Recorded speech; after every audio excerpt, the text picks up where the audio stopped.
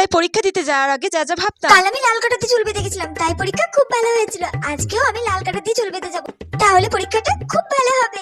হ্যাঁ, এই তো চুল বাঁধা হয়ে গেছে। কাল আমি এই কালো ক্লিপটা মাথায় দিয়ে গেছিলাম, তাই পরীক্ষা খুব ভালো হয়েছিল। আজকেও আমি এই কালো ক্লিপটা মাথায় দিয়ে যাব, তাহলে পরীক্ষা খুব ভালো হবে। আমার নীল পেনটা কই? আমার নীল পেনটা এই তো। কাল আমি নীল পেনটা দিয়ে পরীক্ষা দিয়েছিলাম, তাই পরীক্ষা খুব ভালো হয়েছিল। আজকে এটা দিয়ে পরীক্ষা দিতে হবে, তাহলে পরীক্ষা খুব ভালো হবে। যাই তাড়াতাড়ি ব্যাগে ভরে নি।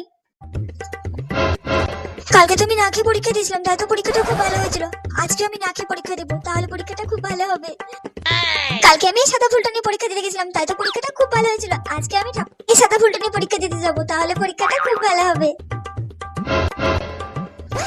এ বাবা, কালকে যাবার সময় তো কলা গাছের দিকে তাকিয়েছিলাম না, তাই তো পরীক্ষাটা খুব ভালো হয়েছিল। আজকে আমি তো কলা গাছের দিকে তাকিয়ে ফেলেছি, তার মানে আজকে পরীক্ষাটা খুব খারাপ হবে।